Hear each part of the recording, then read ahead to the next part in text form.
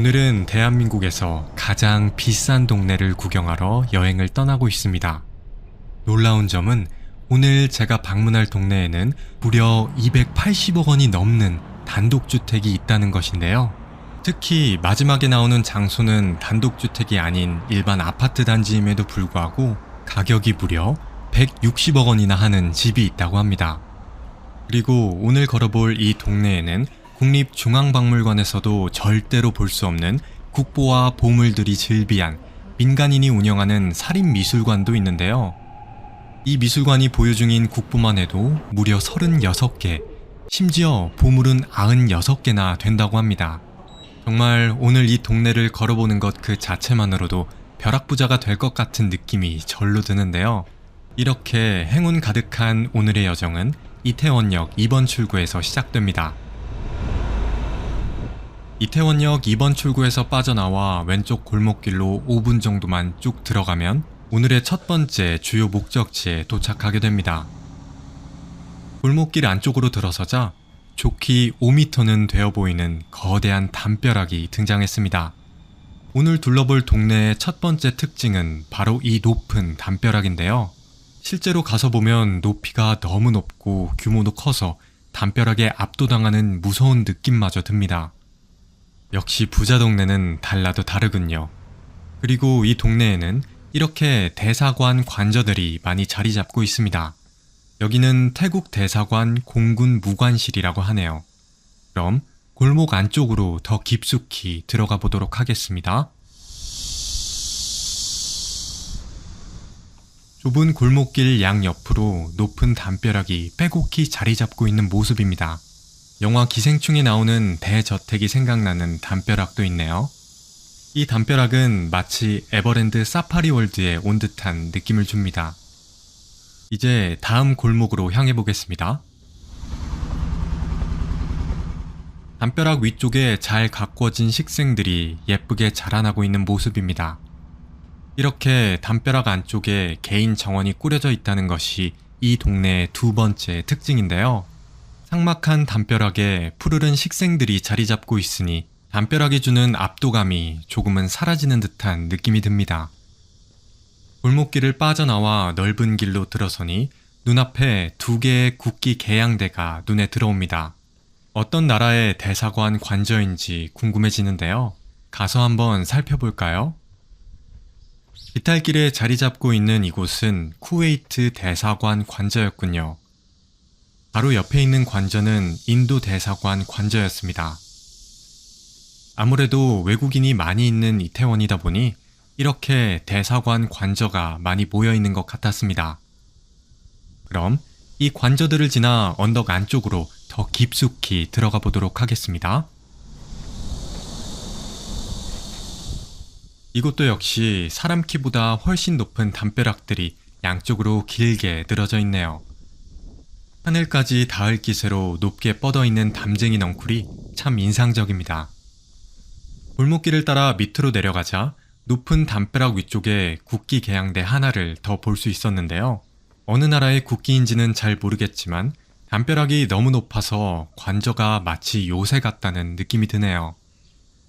계속 골목길을 따라 걸어가 보도록 하겠습니다.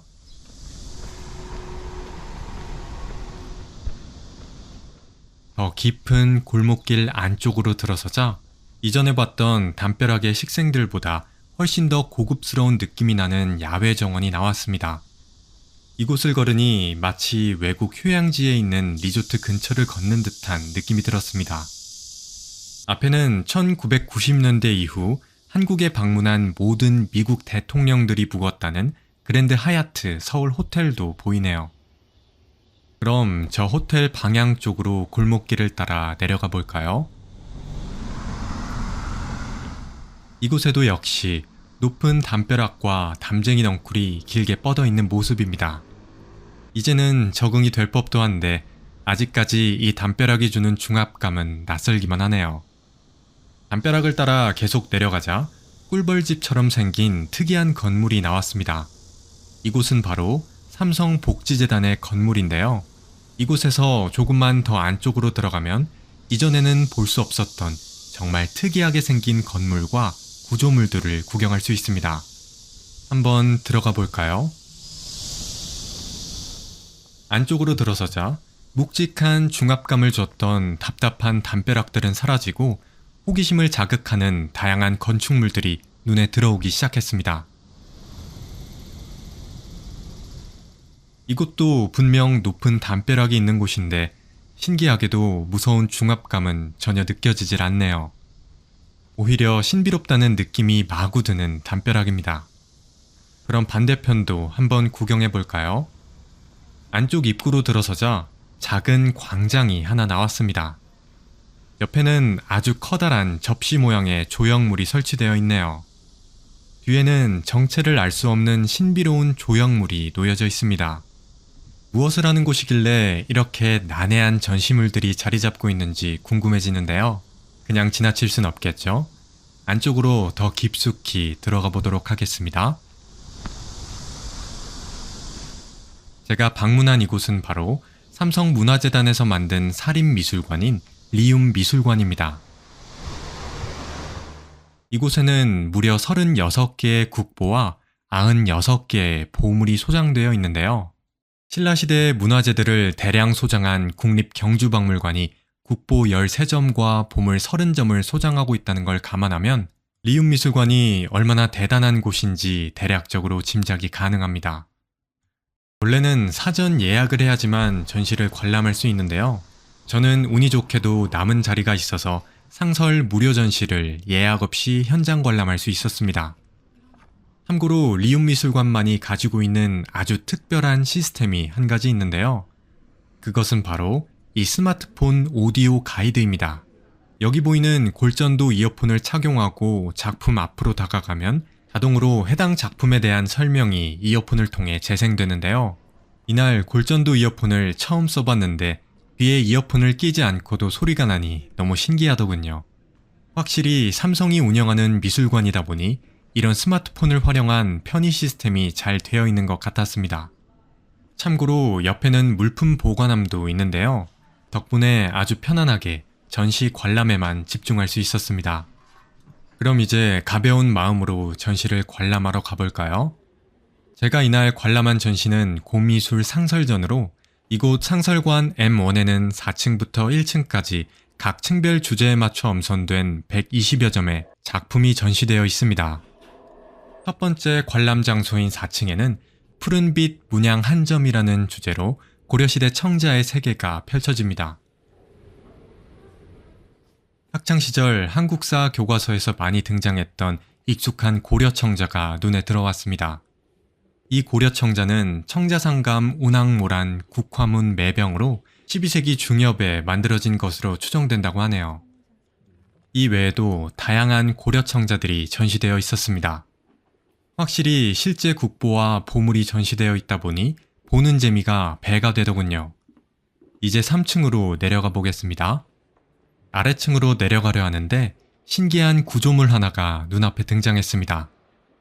아래쪽을 내려다보자 벽을 따라 나선형으로 들어서 있는 작은 창문에 햇빛이 프리즘처럼 여러 색으로 나뉘어 펼쳐져 있습니다. 이 작품은 현대미술가 김수자님의 작품이라고 하네요. 정말 아름다운 구조입니다. 그럼 3층으로 내려가 볼까요? 3층은 흰 빛의 여정이라는 주제로 조선시대의 분청사기와 백자를 감상할 수 있는 공간입니다. 분청사기는 15에서 16세기에 우리나라에서만 제작된 독특한 자기로 한국미의 원형을 보여준다는 평가를 받는다고 합니다.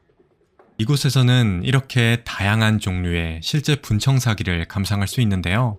그 중에서도 유독 눈에 들어오는 한 분청사기가 있습니다. 이 분청사기는 백자청화 운용문호인데요.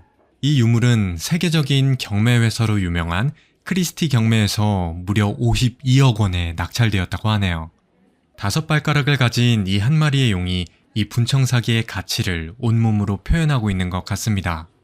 이 백자청화 이외에도 이렇게 다양한 크기의 분청사기들이 전시되어 있는데요. 정말 시간 가는 줄 모르고 감상했습니다. 그럼 다음 층으로 내려가 보도록 하겠습니다. 2층은 감상과 취향이라는 주제로 조선시대 화단을 대표하는 겸재정선, 단원 김홍도, 추사 김정희, 우원 장승업 등의 화가들의 그림과 글씨가 전시되어 있습니다. 여러 작품 중에서도 씨름으로 유명한 단원 김홍도 화가가 그린 군선도가 눈에 들어오네요. 교과서에서만 보던 작품들을 이렇게 눈으로 직접 담을 수 있다니 아직도 이 생생함이 잊혀지질 않네요. 그럼 마지막 전시실인 1층으로 내려가 볼까요? 1층은 권위와 신앙, 화려함의 세계라는 주제로 불교 미술이 잘 드러나는 금속 공예품과 금속재 장식품들이 전시되어 있습니다. 수천 년 전인 삼국시대에 어떻게 이런 정교한 금속 공예품들을 만들 수 있었는지 정말 감탄밖에 안 나옵니다. 그 중에서도 특히 눈에 들어온 것은 금으로 조각된 공예품들이었는데요. 지금이나 옛날이나 금이 가지고 있는 가치는 역시 굉장한 것 같습니다. 마지막으로 이렇게 1층 관람을 마치면 출구로 나갈 수 있는데요. 출구에는 이렇게 중력의 계단이라는 설치 미술이 전시되어 있습니다. 천장에 달려있는 원형은 8개의 행성과 태양을 나타낸다고 하는데요. 마치 우주를 걷는 느낌이 들어서 너무 신비로웠습니다. 이제 리움미술관 관람을 마치고 다음 장소로 향해 보도록 하겠습니다. 다음으로 방문할 장소는 대한민국에서 가장 비싼 아파트 단지인데요. 이 아파트 단지는 리움미술관을 빠져나와 이태원의 큰 길 쪽으로 5분 정도만 걸어가면 마주할 수 있습니다.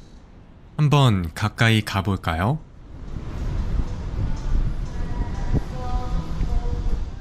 지금 눈앞에 보이는 낮은 높이의 아파트들이 바로 대한민국에서 가장 비싼 아파트 단지입니다. 이 아파트 단지는 BTS의 멤버 RM과 지민, 가수 지드래곤, 장윤정 등이 소유의 화제를 모은 아파트 단지이기도 한데요. 그럼 아래쪽으로 더 내려가 볼까요? 5분 정도 아래쪽으로 더 내려가자 아파트 단지에 가까워졌습니다. 아쉽게도 저는 입주민이 아니라서 안쪽으로 들어가 보지는 못했는데요. 겉으로 보기에는 그렇게 비싸 보이진 않았는데 이 아파트를 무려 164억 원에 가수 지드래곤이 매입했던 이력이 있다고 하네요. 정말 어마어마한 금액입니다. 지금까지 이태원의 고급 단독주택 단지와 리움미술관, 그리고 대한민국에서 가장 비싼 아파트 단지를 둘러봤는데요. 이렇게 대한민국에서 가장 비싼 아파트 단지를 마지막으로 이번 도보여행이 마무리됩니다. 다음에 더 좋은 도보여행 영상으로 찾아뵙겠습니다. 지금까지 걷는 여행이었습니다. 시청해주셔서 감사합니다.